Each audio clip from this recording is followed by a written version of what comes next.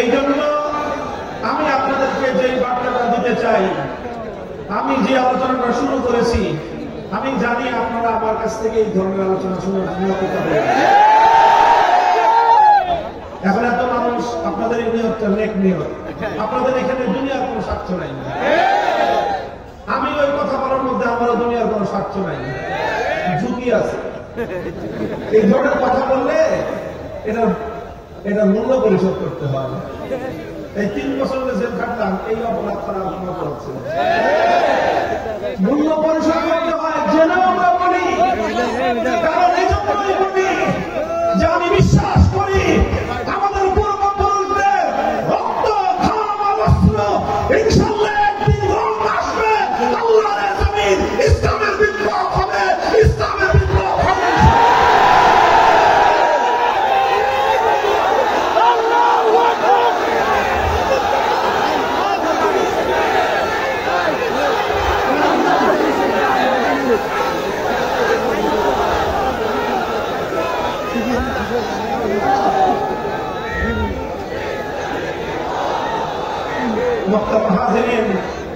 আমি আলোচনা শুরুতেই ওয়াদা করেছি আপনাদের সাথে আলোচনা খুব বেশি দীর্ঘায়িত করব না। আপনাদেরকে কিছু কথা বললাম, আবার শেষ দিকে কিছু কথা বলবো, এরকম আপনাদের বাকি শক্তি এবং এনার্জিটুকু একটু সঞ্চয় করে রাখেন। আমি অন্য একটা কথা বলি আপনাদের কাছে। আজকে আমাদের যেই এখানকার যে মাহফিলের যে বিষয়বস্তু, যে আলোচ্য বিষয়, যে উদ্দেশ্যকে সামনে রেখে আমরা এখানে একত্রিত হয়েছি, সত্য কথা বলতে কি আসলে আমার পক্ষে বর্তমান যেই ধরনের ব্যস্ততা, এরকম একটা অবপাড়া গায়ে এই সময়টায় আসাটা সহজ ছিল না। কিন্তু আমি অত্যন্ত আগ্রহ নিয়ে স্বেচ্ছায় এখানে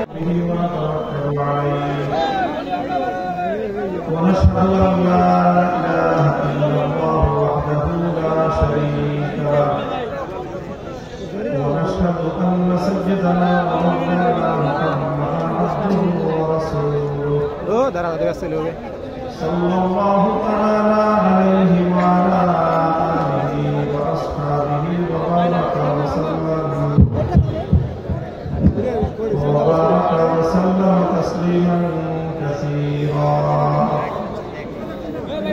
أما بعد، فأعوذ بالله من الشيطان الرجيم. بسم الله الرحمن الرحيم. إنك لا تهدي من أحببت ولكن الله يهدي من يشاء وهو أعلم بالمهتدين. بارك الله لنا ولكم في القرآن العظيم، ونفعنا وإياكم بالآيات والذكر الحكيم. اللهم صل على محمد وعلى آل محمد كما صليت على إبراهيم وعلى آل إبراهيم إنك حميد مجيد. اللهم بارك على محمد وعلى آل محمد كما باركت على إبراهيم وعلى آل إبراهيم إنك حميد مجيد.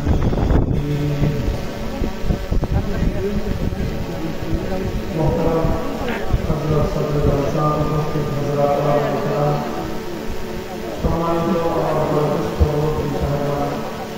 সমবেত ইসলাম প্রিয় কোরআন প্রেমিক, নবী প্রেমিক, তাওহীদের মুসলমান ভাই বন্ধুগণ, পর্দার অন্তরালে অনুষ্ঠান সম্মানিত মা-বোনেরা, আজকে আপনাদের বাংলাদেশের একেবারে এক সীমান্ত অঞ্চল পঞ্চগড় জেলার ফুলতলা বেনহারি ইউনিয়ন আজকে একেবারে প্রত্যন্ত অঞ্চলে এই মাহফিল অনুষ্ঠিত হচ্ছে, যেখানে আপনারা বিপুল পরিমাণ ধর্মপ্রাণ মুসলমান আল্লাহর দ্বীনের মহব্বতে উলামায়ে কেরামের ভালোবাসায় এখানে জামায়াত হয়েছেন এবং দীর্ঘ সময় ধরে দেশের বরেণ্য আলেমদের কাছ থেকে গুরুত্বপূর্ণ আলোচনা আপনারা শুনেছেন। আল্লাহ পাক রব্বুল আলামিন আজকের মাহফিলকে কবুল করেন এবং এই পর্যন্ত যে আলোচনাগুলো হয়েছে সেই আলোচনাগুলো আমাদেরকে হৃদয়ঙ্গম করার, বুঝবার এবং এর সহি কথাগুলোর উপর আমল করার তৌফিক দান করেন। এখন আসলে মাহফিলের পরন্ত বেলা, আপনারা অপেক্ষায় আছেন, মাহফিলের শেষ মোনাজাত হয়ে যাবে, আপনারা যার যার বাড়ি ফিরবেন ইনশাআল্লাহ। আসলে এরকম প্রত্যন্ত অঞ্চলের একটা গ্রামাঞ্চলে এই বিপুল পরিমাণ উপস্থিতি, এটা আমি মনে করি এলাকার মানুষের জন্য একটা স্মরণীয় ঘটনা, আপনাদের জন্য একটা গৌরবের বিষয়। এবং আপনাদের এখান থেকে এই বার্তাটা সারা বাংলাদেশে পৌঁছে যাচ্ছে যে বাংলাদেশে একটা নতুন জাগরণ শুরু হয়েছে। সেই জাগরণটা হল মানুষ ইসলামের প্রতি, ধর্মের প্রতি, কোরআনের প্রতি মানুষের একটা বাদ ভাঙা জোয়ার ছুটেছে। আমরা যারা আল্লাহ পাক রব্বুল আলামিন আমাদেরকে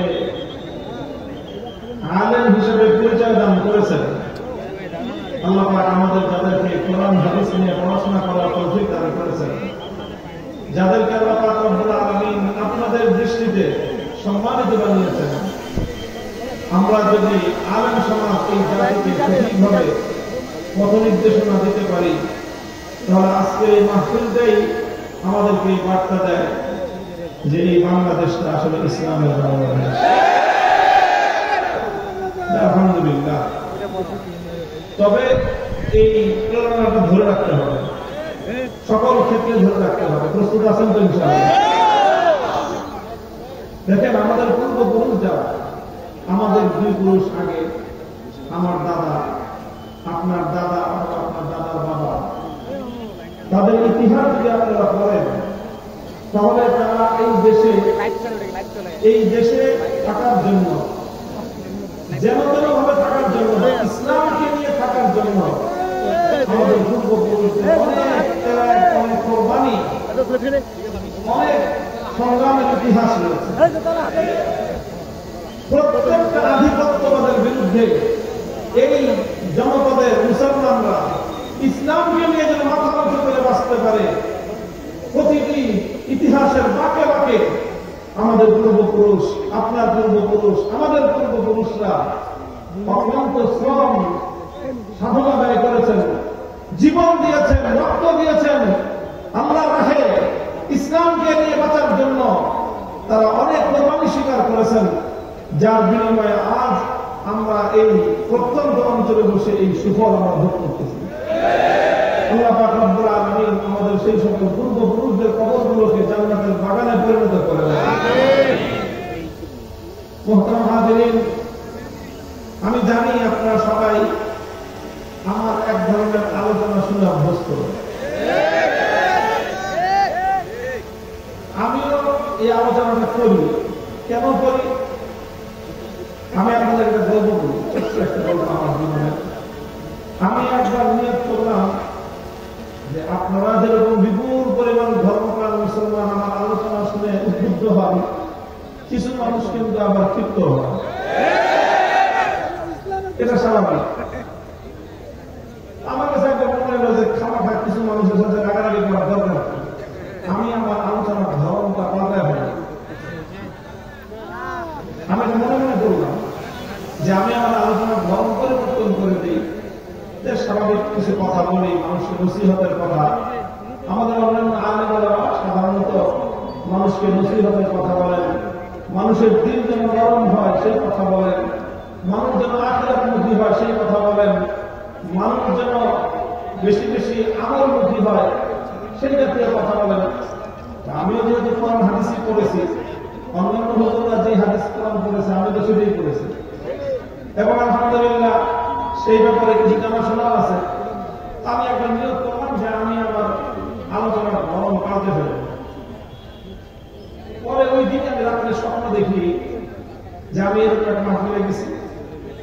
মাহফিলে যাওয়ার পরে আমি বয়ান করছি। 1 ঘন্টা আমার বয়ানের সময়, 50 মিনিট আমার বয়ান শেষ। আমি ওই স্বাভাবিক বলে আলোচনা করতেছি। দেখুন উপস্থিত সব মানুষের মন খারাপ, সব মানুষের মন খারাপ। আমি একটা মাদ্রাসার স্বপ্নে দেখতেছি, একটা মাদ্রাসার মাহফিল করতেছি। তো সেই মাদ্রাসার মৌলানা সাহেব এসে খুব মন খারাপ করে হুজুর, এই যে হাজার হাজার মানুষগুলি আসছিল যে আপনি কিছুক্ষণ বয়ান করবেন, আর কিছু হোক না হোক এই মানুষগুলো কিছুক্ষণ আল্লাহু আকবার স্লোগান তুলছে, তাকবীরের ধ্বনি তুলবে, কিছু সময় একান্ত বাতাস আল্লাহু আকবার আল্লাহ বড়দের জয়গানে দ্রুত প্রতিধ্বনিত হবে। এইরকম একটা আগ্রহ নিয়ে আসছিল। এই মানুষগুলো একবার আল্লাহু আকবার স্লোগান দেওয়ার, তাকবীর দেওয়ার সুযোগ পেল না। স্বপ্নের মধ্যে আমার মনটা খুব খারাপ হলো যে এতগুলি মানুষ একটা নেক নিয়তে আসছে যে কিছু তাকবীর আল্লাহু আকবার বলবো, নারায়ে তাকবীর বলবো। এই মানুষগুলোকে আমি হতাশ করলাম। আমি যখন ওই মাদ্রাসার প্রিন্সিপাল স্যারকে আমার বয়ান বন্ধ করলাম, না একটা আগে বলতেন, এখন তো মাত্র 5 মিনিট আমার সময়। আর আগে যদি বলতেন যে আমি আমার বয়ানের ধাপ ঘুরে দিতাম, দেখতেন মানুষ আল্লাহু আকবার নারায়ে তাকবীর স্লোগান তুলতো। এই হলো স্বপ্ন। আমি সেদিন বুঝলাম যে হয়তো আল্লাহ রাব্বুল আলামিনের পক্ষ থেকে এটা আমার জন্য একটা ইশারা যে এক একজন এক একটা কাজ করবে, সবাই এক কাজ করবে। একটা ফসলের মাঠ থেকে যে ফসল তুলতে হয় তাহলে অনেক রকমের কাজের প্রয়োজন হয়। সবাই মিলে এক কাজ করলে সেই মাঠ থেকে কিন্তু ফসল ঘরে তোলা যাবে। কিছু মানুষ আছে, এবার এক ধরনের মেহনত আছে যে এই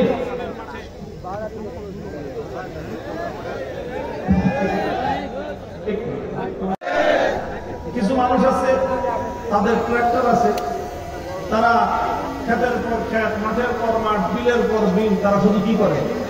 হাল চাষ করে। এরপরে আবার সেখানে হাল চাষ করার পরে সেখানে রোয়া লাগাইতে হয়, রোয়াই তো কিছু মানুষ আছে যারা এই রোয়া ব্যবসা করে। এরপর রোয়া লাগাইলে কি ধান হয়ে যায়? এরপরে কিছু মানুষ আছে সারের ব্যবসা করে, তারা সার বিক্রি করে, সার ফসলের মধ্যে সার প্রয়োগ করতে হয়। শুধু রোয়া লাগালে সার দিলেই ফসল হয়ে যায়? সেচের পানি দিতে হয়। কি বলেন? কিছু মানুষ আছে সেচের পানি দেওয়ার ব্যবসা করে, তাদের মাধ্যমে পুরা মাঠের ফসলের মাঠে সেচের পানি সিঞ্চন হয়। কিছু মানুষ আছে কাঁদরা দিয়ে তারা ক্ষেত মিলায় দেয়। এই সব ওনারা চেষ্টা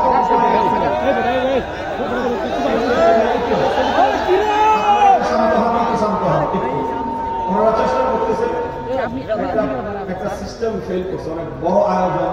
ইনশাআল্লাহ আমরা মেহনত করে ঠিক করে ফেলবে। আর ভাই বিরক্ত হওয়ার কথা আমার, বিরক্ত হবে ঠিক হয়ে যাবে। তো এইভাবে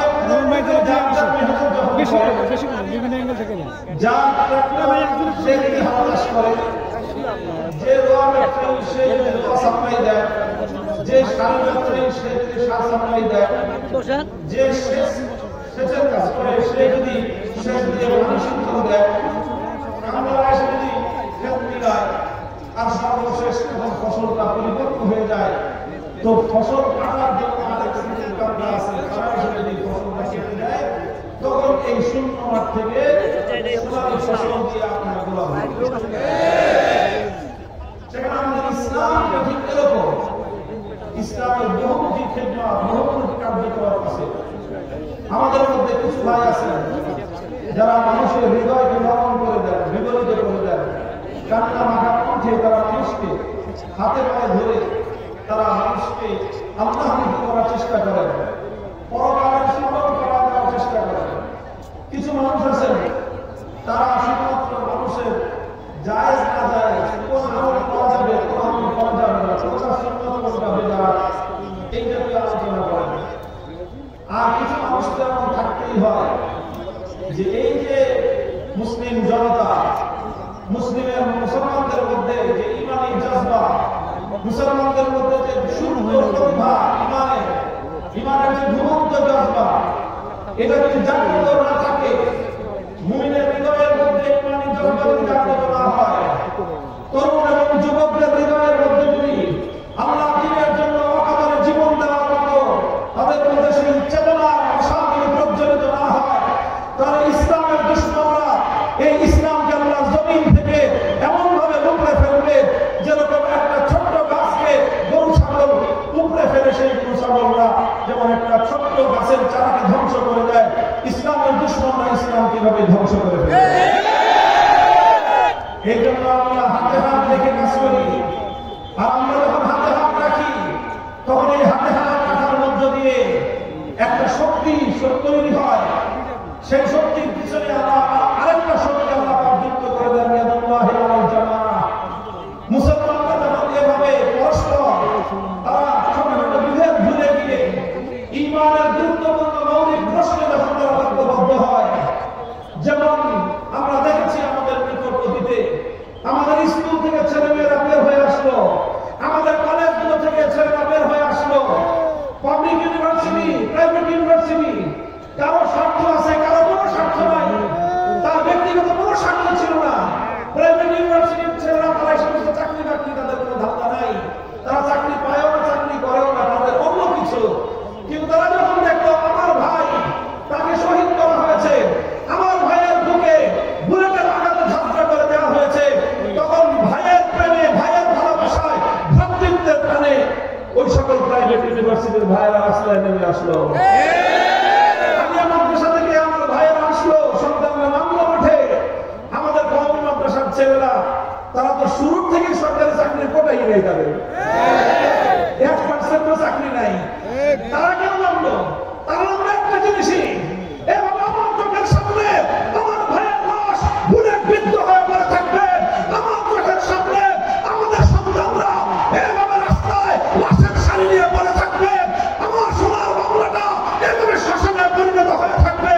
এই জুলুম, এই অন্যায়, এই অত্যাচার থেকে নীরবে বরদাস্ত করা যায় না। হাতে হাত রেখে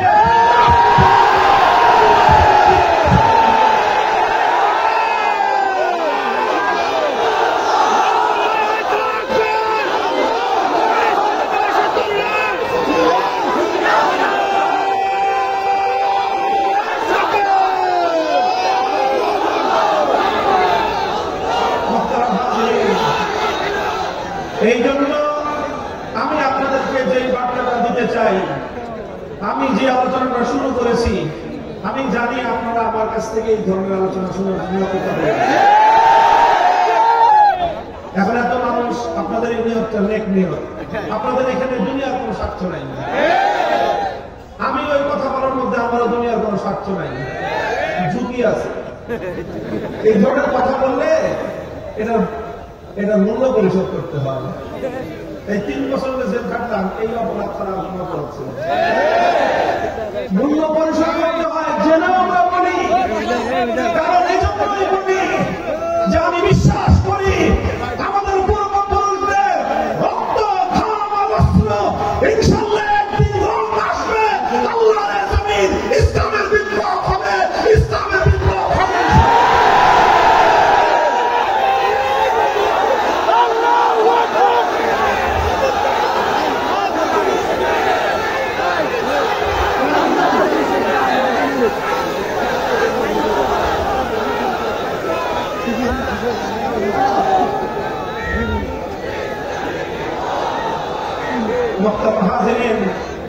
আমি আলোচনা শুরুতেই ওয়াদা করেছি আপনাদের সাথে আলোচনা খুব বেশি দীর্ঘায়িত করবো না। আপনাদেরকে কিছু কথা বললাম, আবার শেষ দিকে কিছু কথা বলবো, এরকম আপনাদের বাকি শক্তি এবং এনার্জিটুকু একটু সঞ্চয় করে রাখেন। আমি অন্য একটা কথা বলি আপনাদের কাছে। আজকে আমাদের যেই এখানকার যে মাহফিলের যে বিষয়বস্তু, যে আলোচ্য বিষয়, যে উদ্দেশ্যকে সামনে রেখে আমরা এখানে একত্রিত হয়েছি, সত্য কথা বলতে কি আসলে আমার পক্ষে বর্তমান যেই ধরনের ব্যস্ততা, এরকম একটা অবপাড়া গায়ে এই সময়টায় আসাটা সহজ ছিল না। কিন্তু আমি অত্যন্ত আগ্রহ নিয়ে স্বেচ্ছায় এখানে এসেছি, কারণ এখানে যে উদ্দেশ্য এবং এখানে যে কার্যক্রম চলছে আমাদের, এটার প্রতি যদি আমরা আমাদের শক্তি সামর্থ্যের আলোকে যদি আমরা সহযোগিতা না করি, তাহলে উহুদের ময়দানে দাঙ্গা মোবারক শহীদ করা আল্লাহর নবীর দ্বীন যদি ক্ষতিগ্রস্ত হয়, আমাকে নবীজির সামনে কিয়ামতের দিন আসামির কাঠ ধরা দাঁড়িয়ে যেতে হয়। মুহতারাম হাজিরিন, আমাদের সবকিছু ঠিক আছে, ইসলামের মধ্যে একজন মুসলিমের জন্য, একজন মুমিনের জন্য তার দুনিয়া এবং আখিরাত, তার দিন দুনিয়া, তার সব কিছু আপনি এক পাল্লায় রাখেন, আর এক পাল্লায় শুধুমাত্র ঈমানকে রাখেন। বলেন তো কোন পাল্লার ওজন এবং মূল্য বেশি হবে? ঈমানের পাল্লার ওজন বেশি হয়ে যাবে, মূল্য বেশি হবে। কত বেশি হবে তুলনা করা সম্ভব নয়।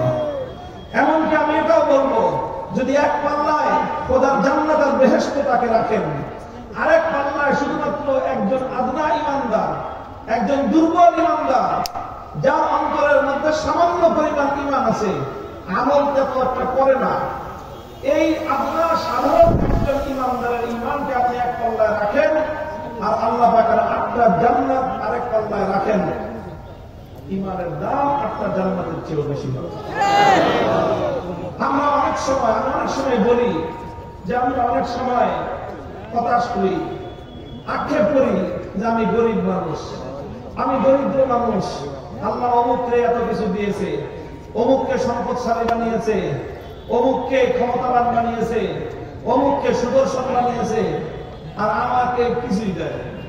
আমি একেবারে না টাকা পয়সা আছে, না ক্ষমতা আছে, না আমার সৌন্দর্য আছে, তেমন কিছুই নাই। এই সব চিন্তা করে আমরা অনেক সময় হীনমন্যতায় ভুগি। আমি বলি, হে মুমিন, তুমি যদি সাচ্চা ইমানদার হয়ে থাকো, তোমার হৃদয়ে যদি সত্যিকার ঈমান থেকে থাকে, আল্লাহর নামের 1000 বার যদি আমি শপথ করি, তাহলে আমি এই শপথ করার ক্ষেত্রে এতটুকু ভুল হবে না যে তোমার হৃদয়ে যে ঈমান আছে, খোদার কসম तमाम পৃথিবীর সমস্ত সম্পদ 1000 লক্ষ কোটি বার বিক্রি করলেও তোমার হৃদয়ের ঈমানের সমপরিমাণ মূল্য হবে না। এই জন্য ঈমান, আমি সারা দেশে এই কথা মানুষকে বলি যে ঈমানের ব্যাপারে আমাদের সজাগ থাকা উচিত, ঈমানের ব্যাপারে সচেতন হওয়া উচিত। সজাগ এবং সচেতন কেন হওয়া উচিত? কারণ অনেক সময় দেখা যায় যে আমরা ঈমানের ব্যাপারে গাফেল হওয়ার কারণে, ঈমানের ব্যাপারে আমাদের গাফলতির কারণে আমরা অনেক অল্প মূল্যেই ঈমানকে বিক্রি করে দেই। ভাই ড্রোন ক্যামেরাগুলো একটু বন্ধ করে রাখুন, মানুষের দৃষ্টি অন্যদিকে নিবদ্ধ হয়। কি বললাম যে অনেক সময় অনেক মানুষ ঈমানের মূল্য বুঝতে না পেরে বড় সস্তা দামে ঈমান বিক্রি করে দেয়। অনেক সময় 10 বান্ডিল টিনের বিনিময়ে একটা মানুষ ঈমান বিক্রি করে দেয় খ্রিস্টান মিশনারিদের কাছে। সে মনে করে 10 বান্ডিল টিন দিয়ে একটা ঘর হবে, ঈমান দিয়ে কি হবে? অনেক সময় মানুষ একটা লুঙ্গি আর একটা শাড়ির বিনিময়ে ঈমান বিক্রি করে দেয়, মনে করে যে লুঙ্গি কয়দিন পরা যাবে, শাড়ি দিয়ে কয়দিন চলবে, ঈমান দিয়ে কি হবে? অনেক সময় মানুষ 2 কোটা দুধের বিনিময়ে ঈমানটা বিক্রি করে দেয়। অনেক সময় মানুষ দুনিয়ার সামান্য স্বার্থের বিনিময়ে ঈমানকে বিক্রি করে দেয়। দুনিয়ার সামান্য টাকা পয়সা, সুযোগ সুবিধা, দুনিয়ার কিছু চাকরি বাকরি, দুনিয়ার কিছু আয়েশ আরাম, এই সমস্তের বিনিময়ে যারা ঈমান পাওয়ার পরেও ঈমান হারা হয়ে যায়, আল্লাহর কসম খেয়ে বলি এই পৃথিবীতে তাদের চেয়ে হতভাগা কেউ নাই, হতভাগা কেউ নাই। হে ঈমানদার, তুমি নিজেকে সৌভাগ্যবান মনে করো, তুমি নিজেকে গর্বিত মনে করো, তুমি নিজেকে পৃথিবীর সবচেয়ে সম্পদশালী মনে করতে পারো। তোমার বাড়িতে বিশাল আলিশান অট্টালিকা না থাকতে পারে, তোমার ব্যাংক ব্যালেন্সে কোটি টাকার অ্যামাউন্ট না থাকতে পারে, তোমার কাছে বিশাল সরকারি বেসরকারি চাকরির ধনভাণ্ডার তোমার কাছে না থাকতে পারে, আল্লাহর কসম তোমার কাছে যে ঈমান আছে, সেই ঈমানের মূল্য পরিশোধ করবার ক্ষমতা পৃথিবীর কোনো শক্তির না। মুহতারাম হাজিরিন, ঈমানের মূল্যটা একদিন বুঝে আসবে, একটা দিন বুঝে আসবে। হাদিসগুলোর মধ্যে বর্ণিত হয়, ইয়াদখুলু আহলুল জান্নাতিল জান্নাতা ওয়া ইয়াদখুলু আহলুন নারিন নার। আল্লাহ পাক রব্বুল আলামিন যখন আখিরাতের কিয়ামতের দিন সিদ্ধান্ত দিবেন, বিচার করবেন, বিচার করে মানুষ 2 ভাগে ভাগ হবে, ফারিকুন ফিল জান্নাতি ওয়া ফারিকুন ফিস সাঈর। একদল যাবে আল্লাহর জান্নাতে, আরেকবার যাবে আল্লাহ জাহান্নামে, দোজখে জ্বলবে। জান্নাতে যারা গেল তো গেলই, যারা একবার জান্নাতে গেছে তো গেছে। যারা জাহান্নামে গেল তাদের মধ্যে আবার দুইটা শ্রেণী হবে। যারা দোজখে গেল তাদের মধ্যে কয় ভাগ? জোরে বলেন কয় ভাগ? তাদের মধ্যে দুই ভাগ হবে। এক ভাগ হলো আল্লাহ পাক রব্বুল আলামিন যাদেরকে নানা গুনাহের কারণে, বদ আমলের কারণে, নানা ধরনের গুনাহের আমলের কারণে আল্লাহ পাক যাদেরকে জাহান্নাম দিয়েছেন, এদের এক একজনের জন্য এক একটা সাজার মেয়াদ থাকবে, পানিশমেন্টের মেয়াদ। কারোর জন্য 20 বছর, কারোর জন্য 50 বছর, কারোর জন্য 100 বছর, কারোর জন্য 1000 বছর, কারোর জন্য 1 লক্ষ বছর। যেভাবেই হোক, যার যেই পরিমাণ অপরাধ, যার যেই পরিমাণ গুনাহ, সে সেই পরিমাণ গুনাহের সাজা ভোগ করবে। আল্লাহ পাক অনেককে আবার সাজা রেয়াত দিবেন। রেয়াত বুঝেন না? 50 বছরটা আল্লাহ পাক কমাই দিবেন, যা তার জন্য হাফ কনসেশন, অর্ধেকটা খাইটা তার মুক্ত। আল্লাহ পাক এটা করবেন। করতে করতে এইভাবে সমস্ত যাদের অন্তরের মধ্যে ঈমান ছিল, আল্লাহ পাক রব্বুল আলামিন পর্যায়ক্রমে যার যার সাজা খাটা হিসেবে তাদেরকে আল্লাহ পাক জাহান্নাম থেকে মুক্ত করে আনবেন। মুক্ত করতে করতে করতে করতে এমন একটা মানুষকে আল্লাহ পাক রব্বুল আলামিন মুক্ত করবেন বিভিন্ন ভাবে। নবীরা, আম্বিয়া ইকরাম সুপারিশ করবেন। আল্লাহ পাক আম্বিয়াদেরকে বলবেন যে দেখেন কাদের হৃদয়ে ঈমান আছে, ঈমানদারদেরকে আপনি বের করে নিয়ে আসেন। ফেরেশতাদেরকে আল্লাহ বলবেন যে যাও আমার বান্দাদের মধ্যে, জাহান্নামের মধ্যে যাদের হৃদয়ে দেখবা মান কানা ফি কলবিহি মিসকালু হাববাতিন মিন খারদালিন মিন ঈমান, যার হৃদয়ে সরিষার দানা পরিমাণ ঈমান পাইবা, ওকেও জাহান্নাম থেকে বের করে আনো। এমন অনেক মানুষ বের করবে। বের করার পরে ফেরেশতাদেরকে আল্লাহ জিজ্ঞাসা করবেন আর কোন ঈমানদার নাই জাহান্নামের মধ্যে? ফেরেশতারা বলবে যে না আল্লাহ, আর কোন ঈমানদার নাই। এরপরে আল্লাহ পাক রব্বুল আলামিন বলবেন যে না, জাহান্নামের মধ্যে এখনো এমন মানুষ আছে যার হৃদয়ের মধ্যে ঈমান এত সূক্ষ্ম, এত ক্ষুদ্র যে কোন নবী এটার খবর পায় নাই, কোন ফেরেশতা সেটা জানতো না, একমাত্র আলিমুল গায়ব আমি আল্লাহ জানতাম। আল্লাহ কুদরতের মাধ্যমে সর্বশেষ ওই লোকগুলোকে বের করবেন। এমন অবস্থায় বের করে আনবেন যারা আগুনে ফুটতে ফুটতে কালো কয়লার মতো হয়ে গেছে, দেখতে কালো কুচকুচে দেখা যায়। আল্লাহ পাক রব্বুল আলামিন তাদেরকে জাহান্নাম থেকে বের করে বেহেশতের দরজার পাশ দিয়ে একটা নহর প্রবাহিত হবে, যেটাকে বলা হবে নাহরুল হায়াত। আল্লাহ পাক ওদেরকে নাহরুল হায়াতের মধ্যে গোসল করাবেন, একটা ডুব দেওয়াবেন। ফাইজা হুয়া কাআহসানি মা আনতা আইন, ওই পানির মধ্যে একটা ডুব দেওয়ার সাথে সাথে পৃথিবীর সবচেয়ে সুদর্শনতম মানুষ এসে পরিণত হয়ে যাবে। এরপর আল্লাহ পাক তাকে জান্নাতে দিয়ে দিবেন। এমন একটা সময় আসবে যে দোজখের মধ্যে আর কোন ঈমান দিয়েছেন, আর সমস্ত ঈমানদাররা জান্নাতে চলে গেছে। জাহান্নামে থাকলো শুধু কারা? শুধু কারা? জোরে বলেন শুধু কারা? জাহান্নামীরা। যারা বেঈমান, যারা কাফের, যারা মুশরিক, শুধু তারাই জাহান্নামে থেকে গেল। এমন একটা সময় ঈমানদাররা শুধু জান্নাতে, বেঈমানরা শুধু জাহান্নামে। বেঈমানদের হৃদয়ের মধ্যে ছোট্ট একটা আশার আলো ধিকি ধিকি জ্বলতে থাকবে, ছোট্ট একটা আশার আলো। দোজখের মধ্যে তো শান্তির কিছুই নাই, সব কষ্ট কষ্ট কষ্ট। কিন্তু এই সকল বেঈমানদের অন্তরের মধ্যে ছোট্ট ক্ষুদ্র একটা আশার আলো নিবু নিবু করে জ্বলতে থাকবে। কি আশা? যে আল্লাহ এত দয়ালু, একদিন না একদিন আল্লাহ আমাদের দিকে তাকাবেন, আল্লাহ আমাদেরকে হয়তো মুক্ত করে দিবেন। এই একটা আশা নিয়ে ওরা জাহান্নামের মধ্যে জ্বলতে থাকবে। আর ওদিকে যারা বেহেশতের অধিবাসী ঈমানদার, তাদের তো ওয়ালাকুম ফিহা মা তাশতাহি আনফুসুকুম, যা চায় চাওয়ার আগে তাই হাজির। সুখ আর শান্তির কোনো অভাব নাই, তাদের আর কোনো চাওয়া পাওয়ার কিছু নাই, সব চাওয়া পাওয়া শেষ। সমস্ত নবীর সঙ্গে দেখা শেষ, আখেরি পয়গম্বরের সঙ্গে এক মজলিসে বসে গল্প গুজব করাও শেষ।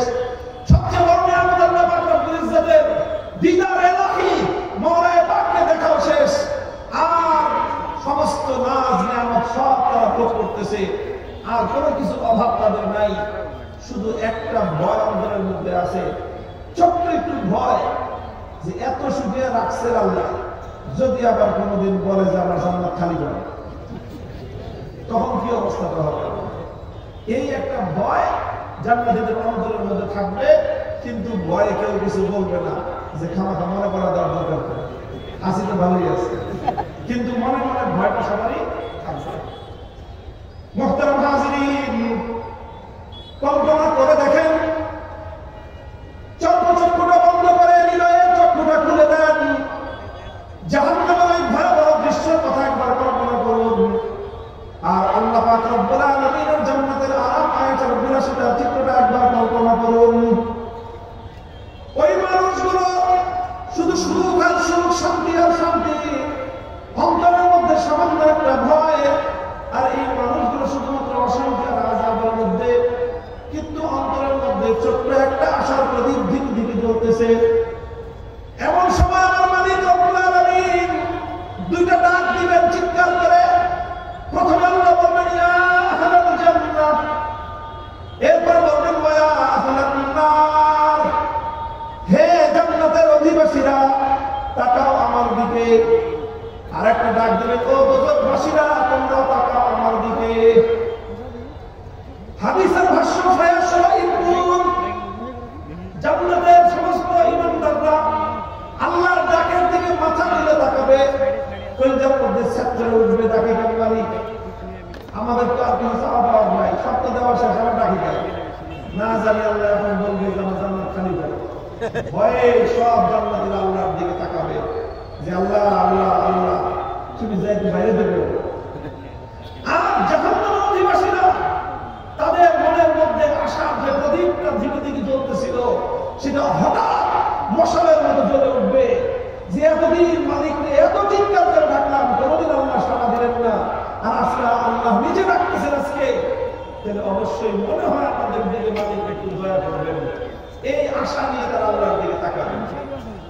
যখন জান্নাত এবং জাহান্নামের উভয় অংশ, উভয় দল আল্লাহর দিকে তাকালো, আল্লাহ পাক রব্বুল আলামিন তাদেরকে বলবেন তোমরা আরাফের দিকে তাকাও। আরাফ হলো জান্নাত এবং জাহান্নামের মধ্যবর্তী একটা পার্টিশন। আরাফের দিকে তাকাবে, জান্নাতীরাও দেখতে পাবে, জাহান্নামীরাও দেখতে পাবে। আল্লাহ বলবেন কিছু দেখা যায়? বলবে যে আল্লাহ দেখা যায়। কি দেখা যায়? একটা মোটা তাজা ভেড়া, ভেড়া ছিলেন না বকরি, ভেড়া বকরি, সেই ভেড়ার মতো। আল্লাহ বলবেন চিহ্নটাকে, সবাই মনে ছিলেন যে ভেড়া, বকরি বকরি ভেড়া। আল্লাহ বলবেন যে দেখতে বকরির মতো, ভেড়ার মতো, কিন্তু এটা আসলে প্রকৃত ভেড়া নয়। আল্লাহ পাক রব্বুল আলামিন মৃত্যুকে কাহাইয়াতি কাবশিন আল্লাহা, একটা মোটা তাজা ভেড়ার আকৃতিতে আল্লাহ পাক মৃত্যুকে হাজির করবেন। কাকে ভাই? মৃত্যুকে কেউ দেখছেন কোনদিন? মৃত্যু দেখা যায় না, ধরা যায় না, ছোঁয়া যায় না, কিন্তু কেউ অস্বীকার করতে পারবে? বলেন। কিয়ামতের দিন সেই কঠিন সময়ে জান্নাত থেকে প্রত্যেকটা জান্নাতবাসী, প্রত্যেকটা দোজখবাসী সেদিন মৃত্যুকে তার একটা আকৃতিতে দেখবে, সেটা হলো একটা ভেড়ার আকৃতিতে দেখবে। আল্লাহ বলবেন যে এটার নাম হলো মৃত্যু। এটা দেখতে ভেড়ার মতো দেখা যায়, কিন্তু এটা আসল ভেড়া নয়, এটা হলো মওত। এটা সেই মৃত্যু যে মৃত্যুর হাত থেকে তোমরা কেউ নিস্তার পাও নাই। এটা সেই মৃত্যু যে মৃত্যু কোন নবীকে ছাড়ে নাই, যে মৃত্যু কোন ফেরেশতাকে ছাড়ে নাই, এমনকি যে মৃত্যু মালাকুল মউতকে পর্যন্ত ছাড়ে নাই। কুল্লু নাফসিন যায়িকাতুল মউত। আল্লাহ পাক রব্বুল আলামিন যখন ইসরাফিল আলাইহিস সালাতু ওয়াস সালাম সিংহায় ফুৎকার করবেন, সিংহায় ফুৎকারে তমাম পৃথিবী লণ্ডভণ্ড হয়ে যাবে, সমস্ত মানুষ ধ্বংসপ্রাপ্ত হয়ে যাবে, মহাপ্রলয় ঘটে যাবে, আসমান ভেঙে পড়বে, পাহাড়গুলো বালুর মতো, তুলার মতো উঠতে থাকবে। সব মানুষ ইসরাফিল আলাইহিস সালাতু ওয়াস সালামের সিংহার এই মহাপ্রলয়কারী আওয়াজে সব মৃত্যুবরণ করবে, মৃত্যু করে ঢলে পড়বে। দুজন ফেরেশতা সর্বশেষ অবশিষ্ট থাকবে, মালাকুল মউত আর ইসরাফিল আলাইহিস সালাম। আল্লাহ পাক রব্বুল আলামিন মালাকুল মউতকে জিজ্ঞাসা করবেন, মালাকুল মউত কে কে আছে? আল্লাহ আপনি তো আছেন, আর আমি আর ইসরাফিল ভাই, আমরা দুজনে আছি। আল্লাহ মালাকুল মউতকে বলবেন ইসরাফিলের জান কবজ করো।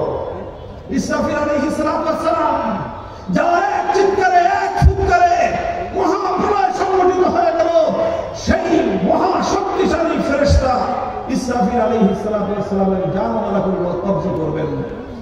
এরপরে আল্লাহ পাক জিজ্ঞাসা করবেন, মালাকুল মউত কে আছে? মহাবিশ্বের মধ্যে আর কোন প্রাণের স্পন্দন নাই। আমার আল্লাহর সামনে মহাবিশ্বের মধ্যে একটা মাত্র প্রাণের স্পন্দন তখন অবশিষ্ট, তিনি হলেন মালাকুল মউত।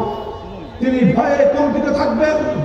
আল্লাহ পাক রব্বুল আলামিনের শানে যুল জালাল এমন একটা ভয়াবহ অবস্থা নিয়ে থাকবে, মালাকুল মউত আল্লাহর সামনে ভয়ে জড়সড় হয়ে থাকবেন।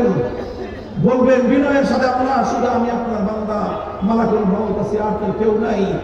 আল্লাহ পাক রব্বুল আলামিন বলবেন, আমি তো মৃত্যুকে এমন ভাবে সৃষ্টি করেছি যে কুল্লু নাফসিন যায়কাতুল মউত, আমি আল্লাহ আমার কোরআনের মধ্যে ওয়াদা করেছি, সুতরাং আমার এই ওয়াদা তুমি যদি বেঁচে থাকো এই ওয়াদা সত্য প্রমাণিত হবে না। এরপরে আমার আল্লাহ নির্দেশ জারি করবেন, মুতিয়া মালাকুল মউত, হে মালাকুল মউত তুমিও মৃত্যুর কোলে ঢলে পড়ো। মালাকুল মউত মৃত্যুবরণ করবেন, আর কোন প্রাণ নাই, কোন জীবন নাই, কোন মাখলুক নাই, মহাশূন্যতা, মহাশূন্যতা। আমার আল্লাহ পাক রব্বুল আলামিন তার সকল রাজত্বের গর্ব নিয়ে, গৌরব নিয়ে আল্লাহ পাক চিৎকার করে আওয়াজ দিবেন, লিমানিল মুলকুল ইয়াউম, লিমানিল মুলকুল ইয়াউম।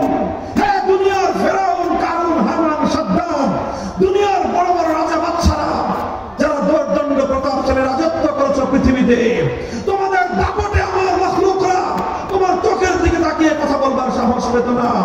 কোথায় আজ তোমাদের রাজত্ব? কোথায় তোমাদের সিংহাসন? কোথায় আজ তোমাদের সেই প্রভাব প্রতিপত্তি? লিমানিল মুলকুল ইয়াউম, জবাব দাও রাজত্ব আস্তা। আল্লাহ পাকের এই আওয়াজ মহাশূন্যের মধ্যে ধ্বনিত প্রতিধ্বনিত হতে থাকবে, জবাব দেওয়ার কেউ নাই। শেষে আল্লাহ নিজেই জবাব দিবেন, লিল্লাহিল ওয়াহিদুল কাহ্হার, লিল্লাহিল ওয়াহিদুল কাহ্হার। হে দুনিয়ার মুসলমান, হাতগুলো মুষ্টিবদ্ধ করে হৃদয়ের গহীন থেকে ঈমানি জজবায় শানিত হয়ে চিৎকার করে বলো, রাজত্ব একমাত্র কার, ক্ষমতা একমাত্র কার, বড়ত্ব একমাত্র কার, বলেন বড়ত্ব একমাত্র কার? আল্লাহর সামনে যারা বড়ত্ব ফলাতে আসবে, যে আল্লাহর বিধানের সামনে নিজের বড়ত্ব প্রমাণ করার চেষ্টা করবে, যে কোনো ব্যক্তি, যে কোনো গোষ্ঠী, যে কোনো দল আমার আল্লাহর বিধানের সামনে বড়ত্ব ফলাতে আসবে, ইমানদারদের দায়িত্ব আর কর্তব্য হলো সে যত বড় শক্তিমান হোক না কেন, ওর মাথা পায়ের নিচে বিষ্ঠ করে দাও।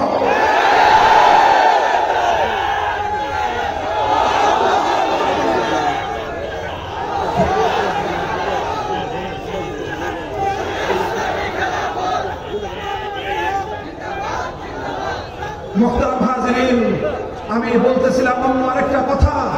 আল্লাহ পাক রব্বুল আলামিন বলবেন, এরপরে জান্নাত এবং জাহান্নাম সব তো শেষ। আল্লাহ বলবেন, এটা সেই মৃত্যু। তাকিয়ে দেখো জান্নাত আর জাহান্নামের মধ্যখানে যে ভেড়ার আকৃতিতে একটা ছোট্ট প্রাণী, এটা মৃত্যু, এটা সাধারণ কোনো প্রাণী নয়। এটা সেই মৃত্যু যে মৃত্যু জিবরাইলকেও ছাড়ে নাই। এটা সেই মৃত্যু যে মৃত্যু আমার আল্লাহ পাক রব্বুল আলামিনের হাবিবে কিবরিয়া মুহাম্মদ আরবি সাল্লাল্লাহু আলাইহি ওয়াসাল্লামকেও ছাড়ে নাই। এটা সেই মৃত্যু যে মৃত্যু মালাকুল মউতকে পর্যন্ত ছাড়ে নাই। আল্লাহ বলবেন যে আজ আমি সেই মৃত্যুকে তোমাদের সামনে হাজির করলাম।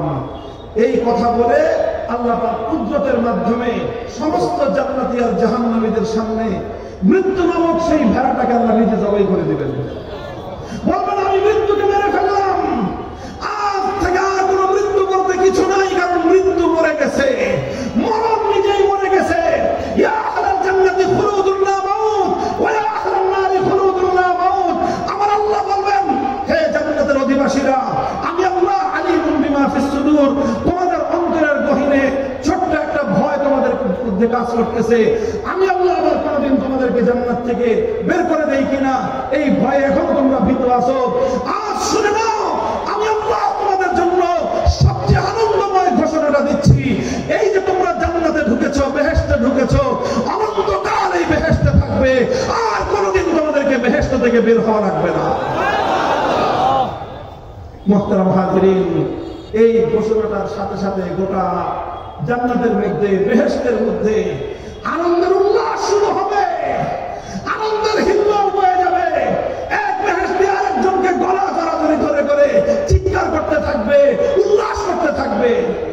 নির্বাচনে জয়ের ঘটনা, এর চেয়ে লক্ষ কোটি গুণ বেশি আনন্দ হবে ইনশাআল্লাহ। বলেন আনন্দ করবো ইনশাআল্লাহ। ইনশাআল্লাহ আল্লাহ আমাদের জন্য চিরস্থায়ী জান্নাতের ব্যবস্থা রেখেছেন। কাজেই দুনিয়ার এই সামান্য প্রাপ্তি অপ্রাপ্তি আমাদের কাছে বড় কিছু নয়। আমাদের জন্য সবচেয়ে বড় প্রাপ্তি হলো ওমান যুহজিহা আনিন নার ওয়া উদখিলাল জান্নাতা ফাকাদ ফাজ। যে ব্যক্তি জান্নাত পেয়ে গেল সেই প্রকৃত অর্থে সফলকাম। দ্বিতীয় ঘোষণা হবে ওয়া আহলান নারি খুলুদুল লা মাউত। ও জাহান্নামের অধিবাসীরা, তোমরা এখনো আশার দিকে দিকে একটা প্রদীপ জ্বালিয়ে রেখেছো, মনে করেছো আমি আল্লাহ পাক রব্বুল আলামিন কোন একটা সময় তোমাদেরকে জাহান্নাম থেকে পরিত্রাণ দান করব। আজ আমি আল্লাহর পক্ষ থেকে তোমাদের জন্য সেই সর্বশেষ আশার প্রদীপটুকু নিভিয়ে দিয়ে সবচেয়ে নির্মম ঘোষণা আমি তোমাদের জন্য দান করলাম। আমার ঘোষণা হলো খুলুদুল লা মাউত। এই যে তোমরা জাহান্নামের আগুনের মধ্যে জ্বলতেছো, এই আগুনের মধ্যে জ্বলা শুরু হয়েছে, অনন্তকাল পর্যন্ত জ্বলতে থাকবা, কোনোদিন এটা সমাপ্ত হবে না। জাহান্নামীরা বেঈমানেরা চিৎকার শুরু করবে, গোটা জাহান্নাম জুড়ে আর্তনাদ উঠে যাবে। তারা মনে করতে থাকবে যে মালিক, এটা তুমি কি ঘোষণা দিলে? আল্লাহ গো, তুমি যদি বলতে এই পৃথিবীর সমস্ত বালুচরগুলো আর সমস্ত মরুভূমিগুলোতে যত বালুকণা আছে, এই বালুকণা সমপরিমাণ জাহান্নামের মধ্যে বছর আমাদেরকে জ্বলতে হবে, এরপরে একটা দিন আমরা মুক্তি পাবো, এমন এতটুকু আশার প্রদীপ যদি তুমি আমাদেরকে দিতে, সেই আশা নিয়ে হয়তো আমরা একটা সান্ত্বনার বাণী খুঁজতাম। মালিক গো, আজ সর্বশেষ আশার প্রদীপটা তুমি আমাদেরকে নিভিয়ে দিলা। শোকের মাতম শুরু হবে, হায় হায় আফসোস রাত শুরু হবে। দুনিয়ার হাজারটা নির্বাচনে ফেল করলেও এর কোটি ভাগের এক ভাগ আফসোস হয় না। দুনিয়ার সমস্ত আপনজন হারিয়ে ফেললেও এর কোটি ভাগের এক ভাগ আফসোস হয় না। সেই দিন জাহান্নামের জন্য, জাহান্নামের মধ্যে যাদেরকে অনন্তকাল জাহান্নামের জ্বালা, জাহান্নামের আযাবের ঘোষণা আল্লাহ যাদেরকে দান করবেন, ওই সকল পোড়া কপালীদের জন্য যে আফসোস আর যে দুঃখ বেদনা হবে, পৃথিবীতে সেই আফসোস এবং দুঃখ বেদনার কোন তুলনা হয় না। ভাই, এত বড় গল্প বলা আমার উদ্দেশ্য ছিল না। এই যে একটা আনন্দ জান্নাতের মধ্যে, বেহেশতের মধ্যে কল্পনা করেন। আমি শুরুতেই বলেছিলাম, চক্ষুটা বন্ধ করে হৃদয়ের অন্তর্দৃষ্টিটা একটু খুলে দিয়ে কল্পনা করেন তো সেই আনন্দটা কেমন। আপনি সেই আনন্দ মিছিলে, সেই আনন্দের মধ্যে আপনার আপনজনদেরকে নিয়ে, আপনার সন্তানদেরকে নিয়ে, আপনার বাবা মাকে নিয়ে, আপনার স্ত্রী পরিজন ভাই বোনদেরকে নিয়ে সেই আনন্দটা করতেছেন, কেমন হবে সে আনন্দ। আরেকবার আপনি কল্পনা করুন, আপনি এবং আপনার আপনজন জাহান্নামের সেই কঠিন ভয়াবহ দুর্বিষহ সেই বিপদের মধ্যে পড়ে আছি, কেমন হবে সেই দুর্বিষহ অবস্থাটা? তুলনা করা যায়? বলেন তো, বলেন তুলনা করা যায়? আসমান এবং জমিন বললে বলা সঠিক বলা হবে। আকাশ থেকে জমিন পর্যন্ত এত ব্যবধান নয়, বরং তার চেয়ে আরো কোটি কোটি গুণ বেশি বড় ব্যবধান ওই আনন্দ আর এই দুঃখের। কথা বলে ঠিক না ভাই? এটা কিসের বিনিময়ে? এই লোকগুলো এত আনন্দিত কিসের বিনিময়ে? এই আনন্দটা নামাজের বিনিময়ে নয়, এই আনন্দটা রোজার বিনিময়ে নয়, এই আনন্দটা হজের বিনিময়ে অথবা অন্যান্য নেক আমলের বিনিময়ে নয়। আর এই দুঃখ, শোক, কষ্টটা এটা এজন্য নয় যে তারা মানুষের উপর জুলুম করেছিল, এটা এজন্য নয় যে তারা মদ্যপান করেছিল, এটা এজন্য নয় যে তারা ডাকাতি আর চুরি করেছিল। একটা জিনিসের ব্যবধান, শুধু একটা বিন্দুর ডিফারেন্স, একটা বিন্দু, সেই বিন্দুর নাম হলো ঈমান। আল্লাহর কসম, সেই বিন্দুর নাম হলো ঈমান। যে বিন্দুটা একটা সরিষার দানার চেয়েও ক্ষুদ্র হতে পারে। দুনিয়ার কোন ফেরেশতা পর্যন্ত সেই ঈমান সম্পর্কে জানতো না, জানতেন একমাত্র কে? এতটুকু ঈমানের মূল্য সেদিন বুঝে আসবে। খোদার কসম, আল্লাহ পাকের এই জান্নাত আর বেহেশত শতবার বিক্রি করলেও তোমার ঈমানের দাম পরিশোধ করা সম্ভব হবে না। মুহতারাম হাজিরিন, আমি আপনাদের কাছে ঈমানের মূল্যটা বোঝাবার চেষ্টা করেছি। আল্লাহ আমাদের প্রত্যেক মুমিন ভাইকে বোনকে ঈমানের দাম বুঝবার তৌফিক দান করেন। কাজেই খবরদার, দুনিয়ার কোন স্বার্থে পড়ে বাকি যা কিছু করেন, ঈমান বিক্রি করা যাবে না। টাকার বিনিময়ে ঈমান বিক্রি করা যাবে না। হাসপাতালে চিকিৎসা ফ্যাসিলিটির বিনিময়ে ঈমান বিক্রি শিক্ষার জন্য স্কলারশিপ দিবে, সেই জন্য ঈমান বিক্রি করা যাবে না। ক্ষমতার মসনদের অফার আসবে, সেজন্য ঈমান বিক্রি করা যাবে না। লক্ষ কোটি টাকার বান্ডিল তোমার পায়ের উপরে এসে আছড়ে পড়তে পারে, ঈমান বিক্রি করা যাবে না। তামাম পৃথিবীকে লাথি মারো, ঈমানকে পক্ষে ধারণ করে আল্লাহর দরবারে ছুটে চলো। রাজি আছেন ইনশাআল্লাহ? আল্লাহ পাক আমাদের সকলকে ঈমানের কদর বুঝবার তৌফিক দান করেন। দেখেন খাজা আবু তালেব না, নবীজির বাচ্চা তার অনেক ভাই ছিলেন, কিন্তু আপন ভাই ছিলেন দুইজন, বাপও এক মাও এক। একজন হলেন আব্দুল্লাহ, আল্লাহ নবীজির বাবা, আর একজন আবু তালেব নবীজির চাচা। তাদের দুজনের বাপ হলো আব্দুল মুত্তালিব আর মা হলেন আমিনা বিনতে ওয়াহিব। না, রাসূল সাল্লাল্লাহু আলাইহি ওয়াসাল্লামের সুমাইয়া বিনতে ওয়াহিব নাম হবে সম্ভবত। এই দুজন আপন ভাই আমার নবী নবুয়তের দীর্ঘ সময় পর্যন্ত, আল্লাহ নবীর একেবারে শৈশবকাল থেকে 40 বছর পর্যন্ত, নবুয়ত প্রাপ্তি পর্যন্ত, নবুয়ত থেকে নিয়ে শুরু করে মক্কার নির্যাতিত মাজলুমিয়াতের 9 বছর পর্যন্ত আল্লাহ নবীর সবচেয়ে বড় সহায়, সবচেয়ে বড় সাহায্যকারী, সবচেয়ে বড় আশ্রয় ছিলেন আবু তালেব। কে ছিলেন? আবু তালেব। তিনি যখন মৃত্যুর পরে ভোগে করতেছেন, তিনি যখন মৃত্যুর পরে, আল্লাহ নবী তাকে এত বেশি ভালোবাসেন, আমার নবী তার চাচা আবু তালেবের মতো পৃথিবীতে অন্য কাউকে এতটা বেশি ভালোবেসেছেন, এবং অন্য কারো মৃত্যুতে, হযরত খাদিজা ছাড়া অন্য কারো মৃত্যুতে আমার নবী এতটা ভেঙে পড়েন নাই। নিজের চাচা আবু তালেবের মৃত্যুতে আল্লাহ নবী যতটা ব্যথা পেয়েছেন, নবীজি তাকে এত বেশি ভালোবাসতেন, এত বেশি মহব্বত করতেন। তিনি যখন মৃত্যু সজ্জায় শায়িত, বোঝা যাচ্ছে আর কিছুক্ষণ পরেই তিনি মৃত্যুর কোলে ঢলে পড়বেন। আমার নবী গেলেন, চাচাকে বললেন, ইয়া আম্মি কুল লা ইলাহা ইল্লাল্লাহ কালিমাতান উহাজ্জু লাকা বিহা ইনদাল্লাহ। হে চাচা, একটা বার তুমি কালেমাটা স্বীকার করে যাও, কিয়ামতের দিন তোমার পক্ষে আমি নিজে আল্লাহর সামনে মামলা লড়ব, আমি নিজে তোমার পক্ষে মামলা লড়ব।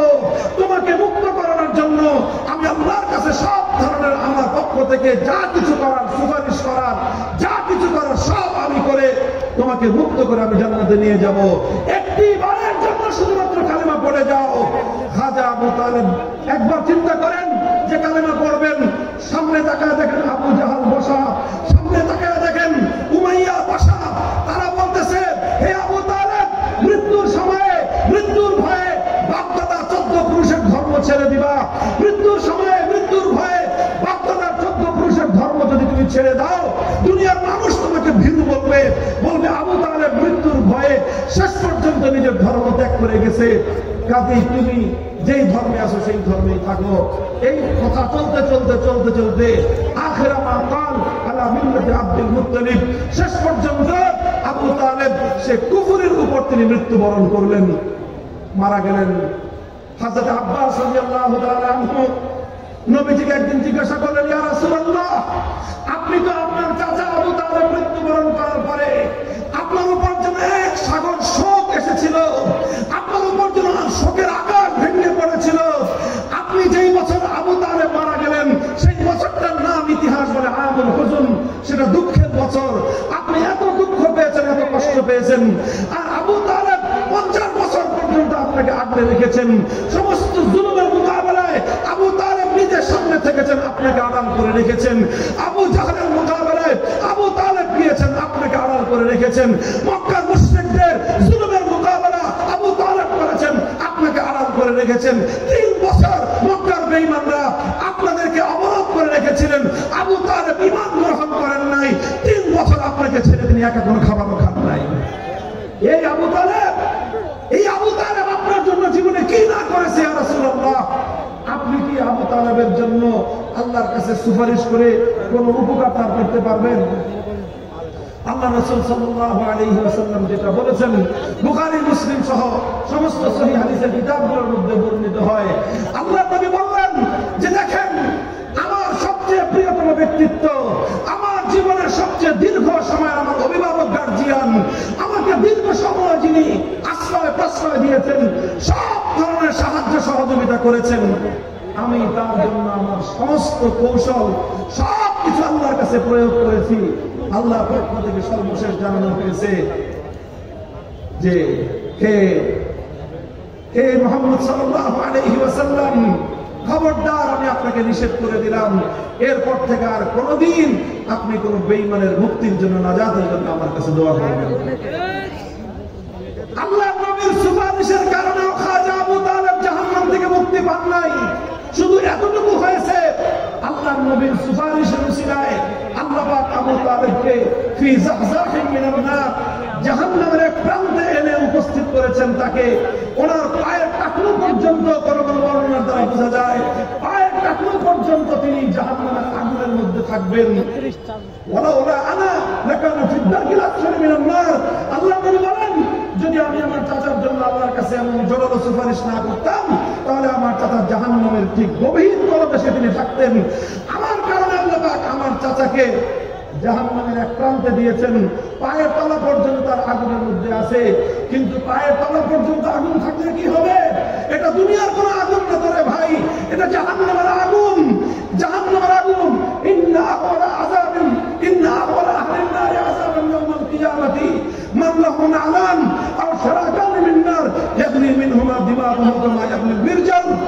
ওনার পায়ের তলার নিচে জাহান্নামের আগুনের উত্তাপে সারা শরীর তো শরীর, মাথার তালুর মধ্যে মগজটা বক্তারা হাজিরিন, খাজা আবু তালেব আমার নবীর তো প্রিয়তম হওয়া সত্ত্বেও জাহান্নাম থেকে মুক্তির কোনো ব্যবস্থা নাই। অনন্তকাল জাহান্নামের আগুনে জ্বলতে হবে। কারণ কি? ঈমান নাই। বলেন কারণ কি? ঈমান নাই। আমি জানি না আমাদের এই আলোচনা আমাদের এই সমস্ত ভাইয়েরা হয়তো শুনতেছেন, যারা নিজেরা রিসালাতের উপর, খতমে নবুয়তের উপর ঈমানকে আপনারা নিজ হাতে ধ্বংস করে দিয়েছেন। নিজ হাতে নিজেদের ঈমানকে ধ্বংস করে দিয়ে আপনারা অনন্তকালের জাহান্নামের আগুনের দিকে ধাবিত হচ্ছেন। এতটুকু ভয় আপনাদের হৃদয়ে জন্মে না, এতটুকু নিজের বিষয়টা আপনারা চিন্তা করার সময় পান না যে আপনারা এক এক কদম সামনের দিকে অগ্রসর হচ্ছেন, চিরস্থায়ী জাহান্নামের আগুনের দিকে আপনারা অগ্রসর হচ্ছেন। কথা বলেন ঠিক না বেঠিক? এটা শুধু আমাদের বক্তব্য নয়, সারা পৃথিবীতে মুসলমানদের মধ্যে যত স্কুল অফ থট আছে, যত মাযহাব আছে, যত মাসলাক আছে, হানাফি বলেন, শাফিঈ বলেন, মালিকি বলেন, হাম্বলি বলেন, সালাফি বলেন, আহলে হাদিস বলেন, সুন্নি বলেন, বেরলভী বলেন, দেওবন্দি বলেন, ওয়াহাবি বলেন, যা কিছু নামে দুনিয়াতে আছে তারা সকলেই এই ব্যাপারে একমত।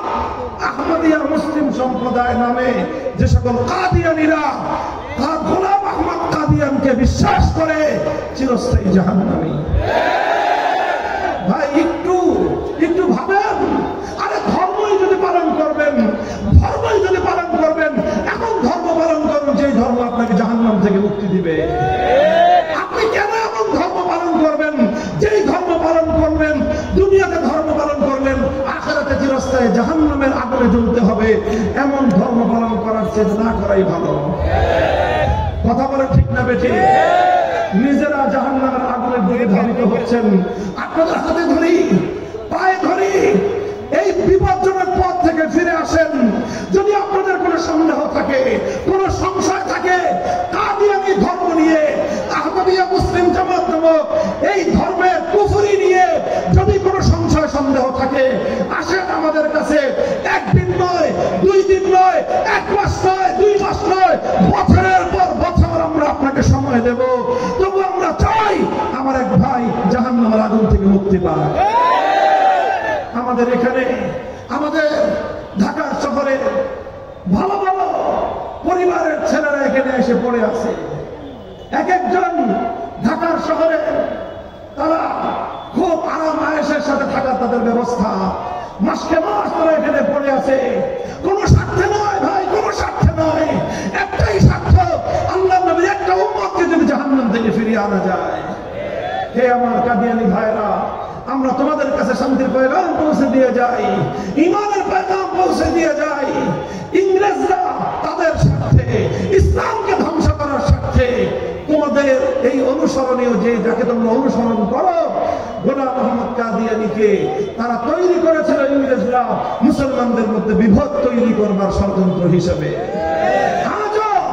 আজও তোমরাই নিজেরাই দেখো, আমাদের করার দরকার নাই, তোমরা আমাদের চেয়ে বেশি ভালো জানো যে তোমাদের গায়ে হাত লাগার আগেই, তোমাদের ব্যাপারে কেউ কোনো মন্তব্য করার আগেই সারা দুনিয়াতে সবচেয়ে আগে পশ্চিমা ইহুদি খ্রিস্টানরা তোমাদের জন্য তাদের হৃদয়ের মধ্যে দরদ উঠলে উঠে।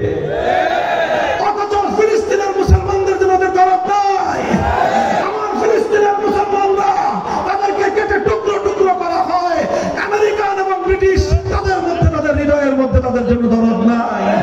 আমার মায়ানমারে মুসলমানদেরকে মুসলমান মায়ের গর্ভ ছিঁড়ে সেখান থেকে সদ্যপ্রসূত সন্তান বের করে মায়ের সামনে সন্তানকে কেটে টুকরো টুকরো করে নির্মমভাবে হত্যা করা হয়। সেই হত্যাকাণ্ডের বিরুদ্ধে আন্তর্জাতিক বিশ্বের যেমন আওয়াজ পাওয়া যায় না, কাদিয়ানীদের ব্যাপারে যতটা তারা সরব হয়ে যায়। একটু তো বিবেক দিয়ে বুঝো কেন তাদের তোমাদের ব্যাপারে তোমার স্বার্থ, একটাই স্বার্থ, কাদিয়ানী ধর্মের মাধ্যমে মুসলমানদেরকে বিভ্রান্ত করা যায়। বুঝায় বললাম, শোনা গো বাবা গো বলে বলে বুঝাইলাম, এরপরেও যদি তোমাদের বুঝে না আসে, এরপরে যদি তোমরা আর কোন ইমানদার মুসলমানকে বিভ্রান্ত করার চেষ্টা করো, ধোঁকা দিয়ে কোন জান্নাতের পথযাত্রী ইমানদারকে জাহান্নামের পথযাত্রী করার চেষ্টা করো, আর এভাবে তামাম পৃথিবী যদি তোমাদেরকে প্রোটেকশন দিতে চায়, আমরা ইমানদাররা বুকের রক্ত দিয়ে সেই ষড়যন্ত্রকে মোকাবেলা করবো।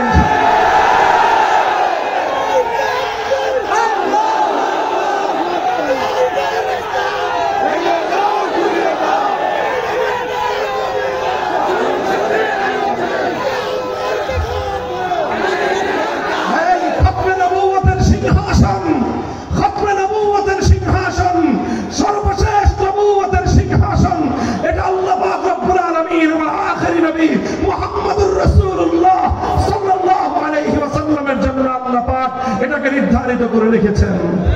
কথা বলেন ঠিক না বেঠিক? আমার নবীকে আল্লাহ পাক খাতামুন নবিয়্যিন বলে ঘোষণা করেছেন। আমার নবীর ইন্তেকালের পরে আমার নবীর খতমে নবুয়তের সিংহাসন নিয়ে কেউ যদি টানা হেচড়া করে, সে আমাদের ইমানদারদের কলিজা নিয়ে টান দিল। তোমরা আমাদের কলিজা ছিঁড়ে খাও, আমরা ততটা ক্ষিপ্ত হব না। তোমরা আমাদের শরীর থেকে আমাদের প্রাণ বিচ্ছিন্ন করো, ততটা ক্ষিপ্ত হব না। আমাদের দেহ থেকে পাল্লা আলাদা করে দাও, ততটা ক্ষিপ্ত আমরা হই না। যখন দেখি আমার সোনার মদিনার পয়গম্বরে আরবীর ইজ্জতের উপর আমার নবীর সবচেয়ে বড় সম্মানের জায়গা খতমে নবুয়তের সিংহাসন নিয়ে কেউ টানাটানি করছে, আমরা মনে করি তারা আমার জানের দুশমন। কাজে বুঝাইলাম, শুনাইলাম, এই পথ তোমরা পরিহার করো। কাদিয়ানী ভাইরা, তোমরা আমাদের ভাই, বাবা আদমের সন্তান, মা হাওয়ার সন্তান। তোমাদের গায়ে রক্ত লাল, আমাদের গায়ে রক্ত লাল। আমরা তোমাদেরকে রেখে জান্নাতে যেতে চাই না, একসাথেই জান্নাতে যেতে চাই। আপনাদের এই ফুলতলা বেনহারি ইউনিয়ন এখানে যারা আছেন সমস্ত ইমানদাররা আমরা একসাথে জান্নাতে যেতে চাই। তোমরা আসো, ভুল পথ থেকে ফিরে আসো। আমরা তোমাদের জন্য, তোমাদেরকে বোঝানোর জন্য যা যা প্রয়োজন সব কিছু আল্লাহর কোরআন এবং নবীর হাদিস থেকে তোমাদের সামনে উপস্থাপন করার জন্য রাত দিন 24 ঘন্টা ইনশাআল্লাহ আমরা প্রস্তুত। আমাদের কাছে আসতে হবে না, তোমরা আমাদেরকে সংবাদ দিও, তোমাদের দুয়ারে আমরা হাজির হয়ে যাবো ইনশাআল্লাহ। কথা বলেন ঠিক না বেঠিক? আগামী 15ই নভেম্বর, এগুলো আমাদের মিষ্টি মিষ্টি কথা, মিষ্টি মিষ্টি কথাও বলি। মিষ্টি মিষ্টি কথা বলতে বলতে বলতে বলতে যখন আমাদের ধৈর্যের বাঁধ ভেঙে যায়, তখন আর আমরা কে সামনে আছে এগুলো চিন্তা করার সময় পাই না। কোন সরকার, না আওয়ামী লীগ, না বিএনপি, না ইন্টারিম, এগুলি হিসাব করার সময় আমাদের থাকে না। আমরা 15ই নভেম্বর ঢাকার সোহরাওয়ার্দী উদ্যানে খতমে নবুয়ত মহাসমাবেশের ডাক দেওয়া হয়েছে। আমরা চাই আমার নবীর খতমে নবুয়তের ইজ্জত, খতমে নবুয়তের শান আল্লাহর এই জমিনে সর্বোচ্চ মর্যাদায় অভিষিক্ত থাকুক। কথা বলা ঠিক না? ইনশাআল্লাহ আমরা শপথ নিয়েছি, আমাদের এই জমিন, আমাদের এই মাটি, আমাদের পূর্বপুরুষদের ঘাম, অশ্রু, রক্তের বিনিময়ে কেনা মাটি, এর